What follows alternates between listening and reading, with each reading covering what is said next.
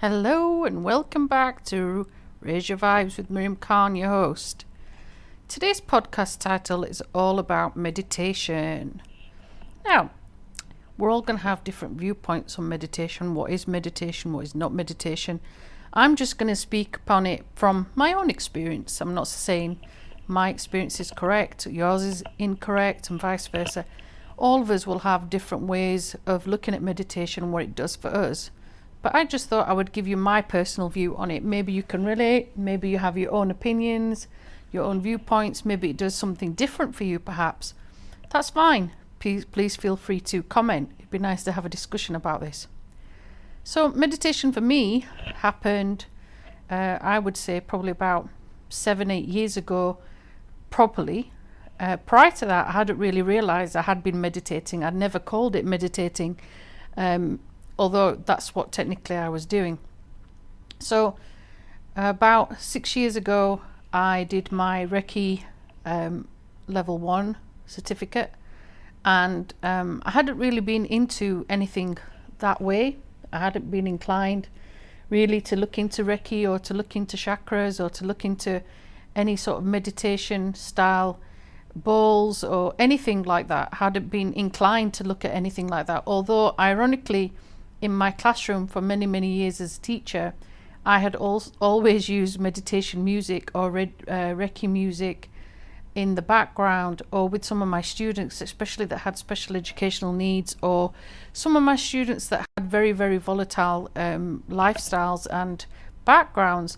I did actually practice mindfulness and meditation exercises with them. So what do I mean by that? Well, sometimes there was a particular child that would come in full of venom, full of anger, full of frustration. As much as you counsel them, support them and talk to that student, sometimes the most soothing thing to do before you did anything was to just put on some mindfulness music. For some of my students, I had to experiment. It was a case of, singing dolphins in the background. It might have been chimps. It might have been relaxing sea music. Don't do that when there's no lubric, especially in the class where it's difficult to do that. Some students liked the sort of like symphony and orchestra style music, the classical music. So some of them liked the popular songs that were in an instrumental tone. Some students liked just the ambience of different tones and different buzzing, some of the singing bowls. And we practiced, quite a lot of techniques, whether that was getting our breathing right, whether it was just learning to inhale and exhale correctly, learning to be mindful of our tapping vibrations and tapping sounds, and learning to just tune in to what was going on around us and to zone out sometimes. And for many, that's quite a hard thing to do. There was also Reiki music that I would play, and for some of them it was very hard to switch off, to learn to be able to trust, to learn to close your eyes, to learn to be able to be at peace. For some students that was a huge challenge, especially when they're coming from inner city, high school, challenging circumstances, quite a lot of violence and a lot of crime. Over time, as you got to know your clientele and you got to know your students, you sussed out which particular music would work for them and which wouldn't. So it's interesting how over that time, my sort of understanding of meditation and mindfulness sort of like started to expand a bit more. As I, started to practice Reiki and I started to look into that sort of side of things, and I start to look at the chakras and alignment and looking into this whole concept of spirituality, my whole concept of meditation and mindfulness expanded. Recently in some of my podcasts, you may have heard the drums, the sort of like sounds and the different beats that I'm using.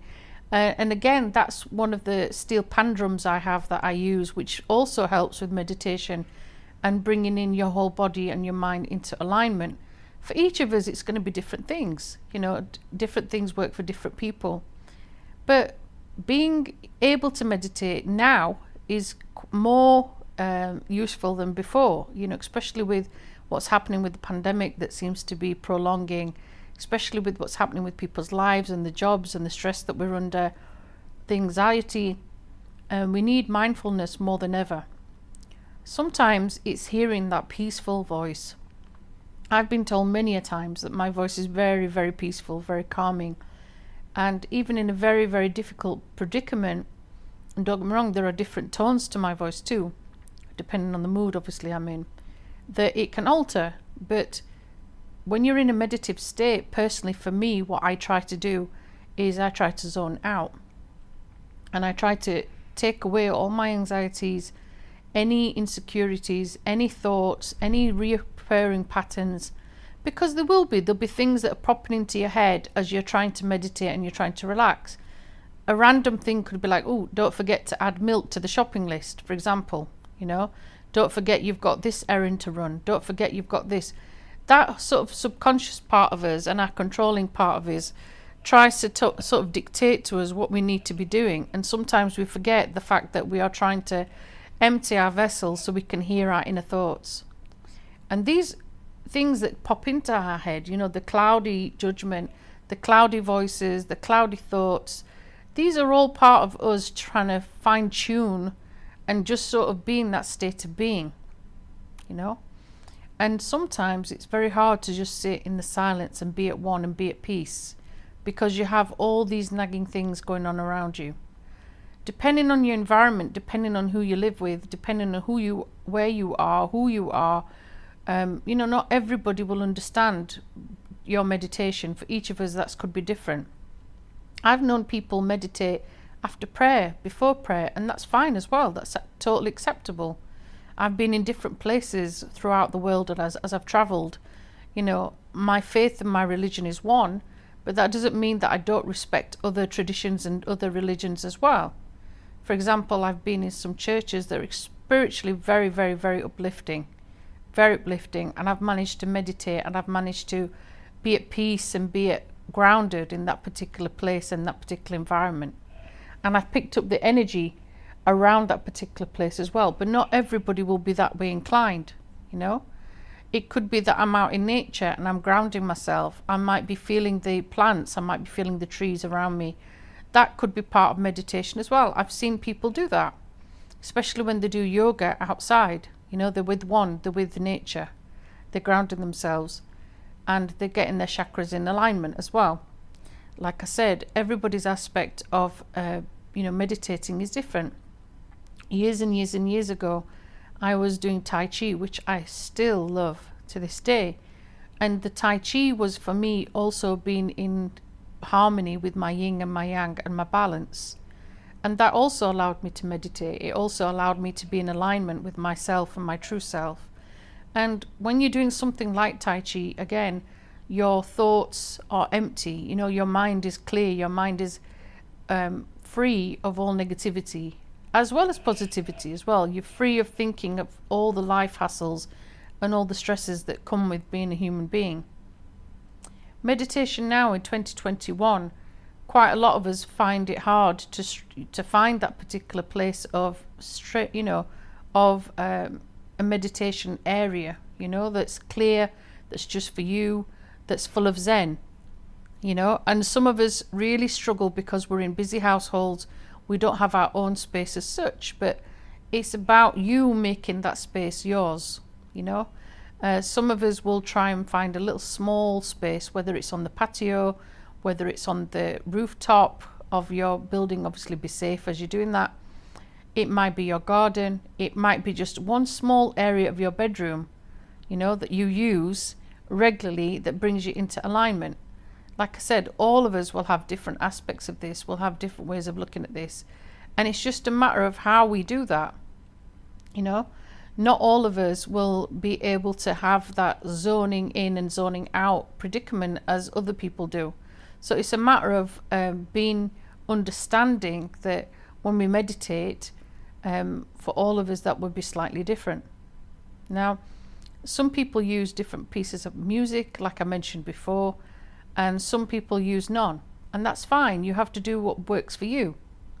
When I meditate, it will vary depending on my mood. Sometimes I will use my steel pans. Sometimes I might use the tambourine that I have as well. or sometimes it'll be just me and spirit, or it'll just be me and my clear thoughts for that particular day, and I reflect in and I reflect out depending on the circumstance and depending on the situation that I'm in. I will focus on my breathing. That to me is the most important thing, that I get myself within alignment. I get myself inhaling and exhaling properly.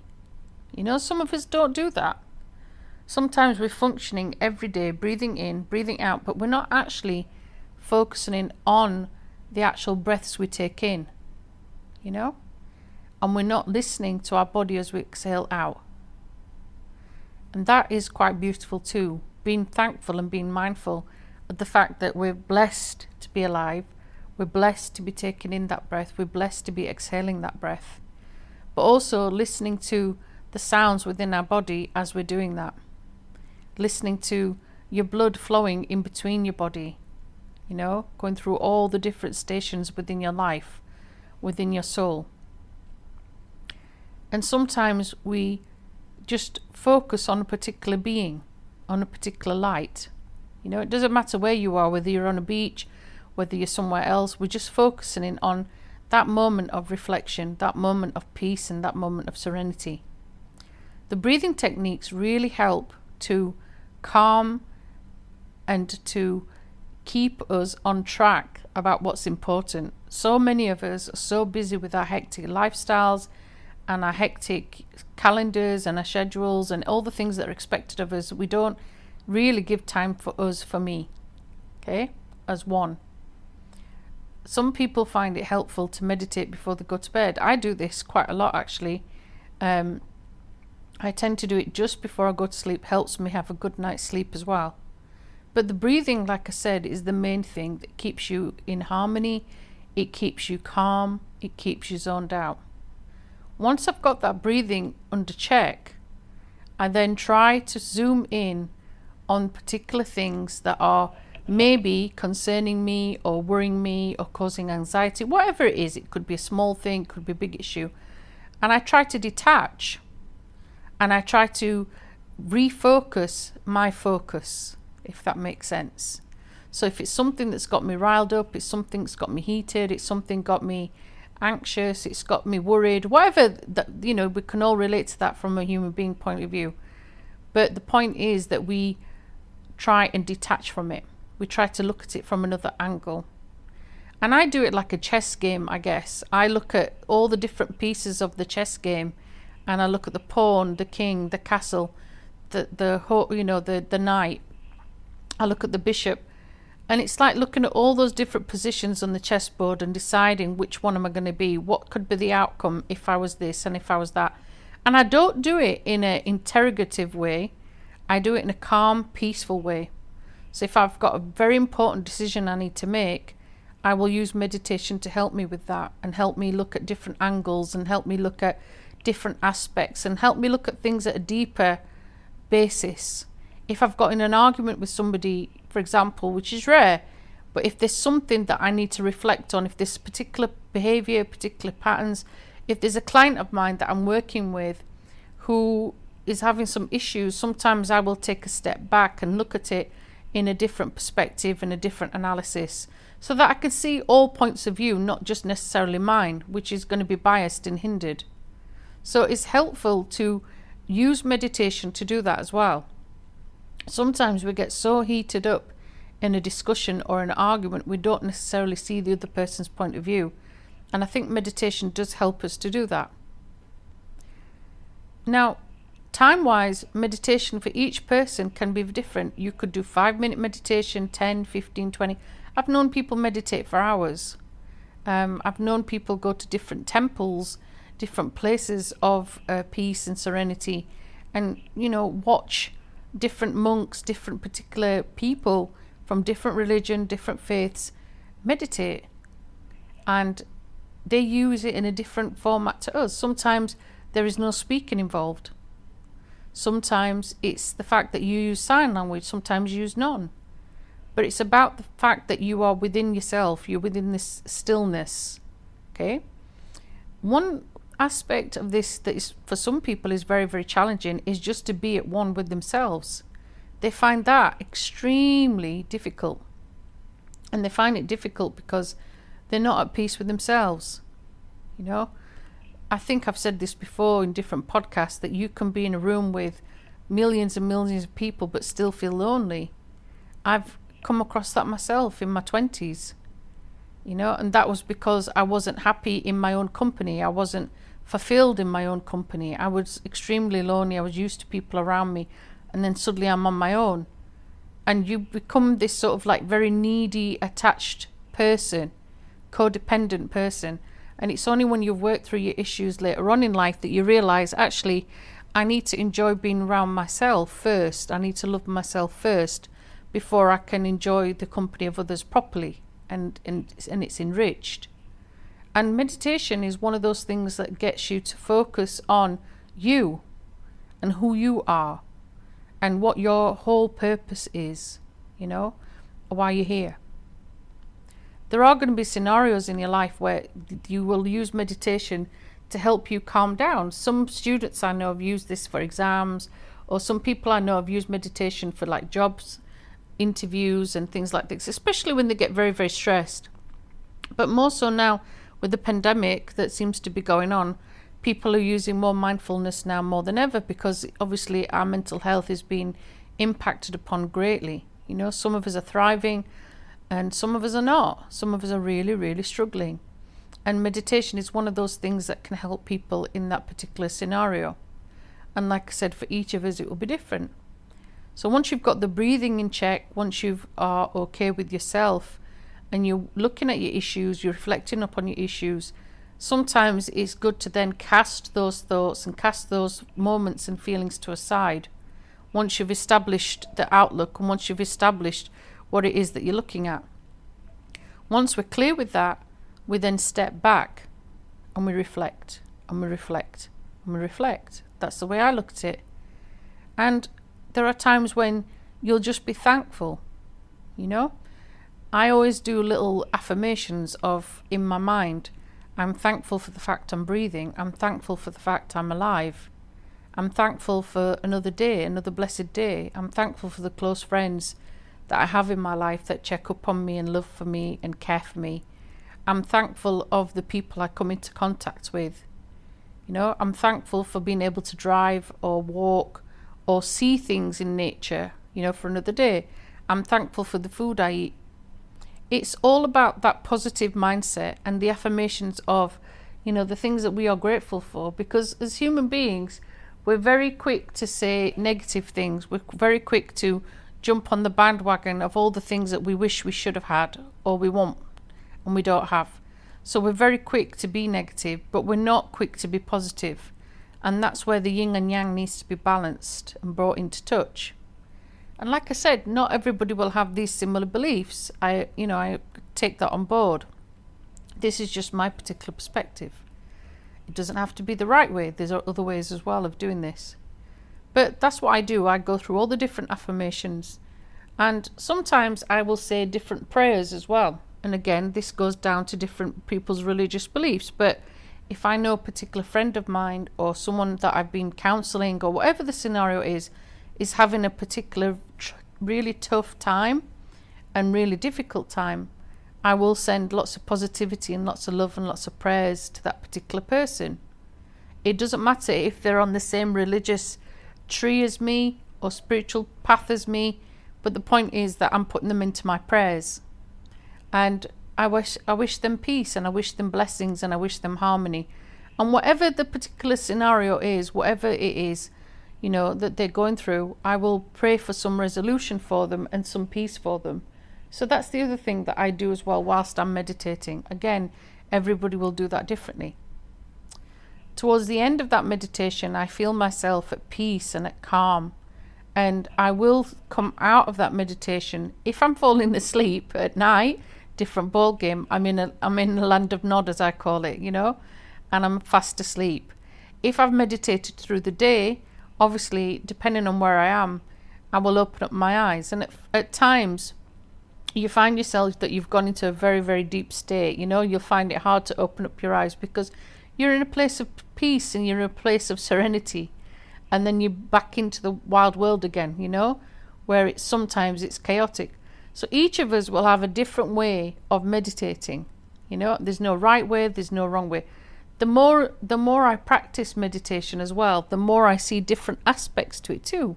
Like I said, sometimes you're connecting with others that might struggle to find peace, might struggle to find harmony. Sometimes people will appreciate you sharing different tips, and sometimes they won't, because all of us are different. We come at this life, from different aspects, from religion to spirituality, from meditation. All of us will have different ways of doing things. My way isn't necessarily the right way. I'm just giving you my viewpoint on it. So if you're able to do meditation, try and practice it. Look into all the different types of meditation that's out there. There's no right way, there's no wrong way. It's all about what works for you as an individual.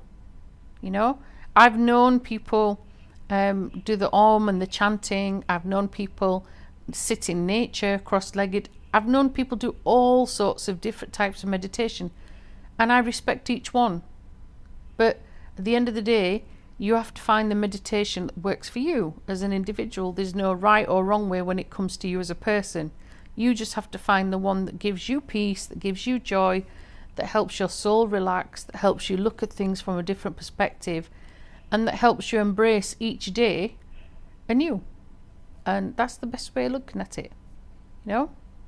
Give us your thoughts. How do you meditate? What do you do? What do you personally find successful? How do you ensure that you meditate to your fullest? What other tips would you advise for me? Maybe you have some suggestions. Let us know. Like I said, each person's journey for meditation is going to be different from the others. But I look forward to hearing your different views. And hopefully, you also practice meditation if you feel you need to, especially in these difficult times. Okay, thanks for tuning in. Hopefully hear from you soon with your views and your points of meditation advice. Thanks for tuning in. This has been Miriam Khan at Raise Your Vibes.